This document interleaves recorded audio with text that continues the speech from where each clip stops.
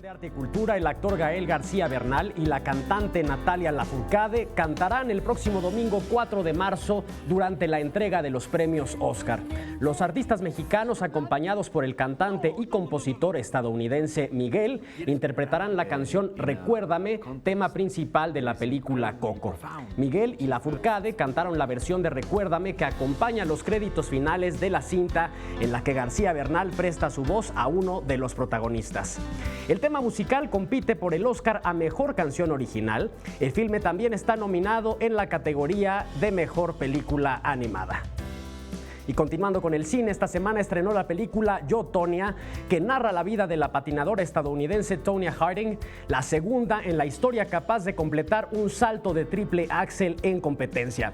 Sin embargo, la estrella americana del patinaje sobre hielo también protagonizó un mayúsculo escándalo deportivo en los Juegos Olímpicos de 1994 al ser implicada en un complot para lesionar a su rival Nancy Kerrigan. La cinta está nominada a 3 premios de la Academia, incluyendo Mejor Actriz de Reparto y Mejor Edición.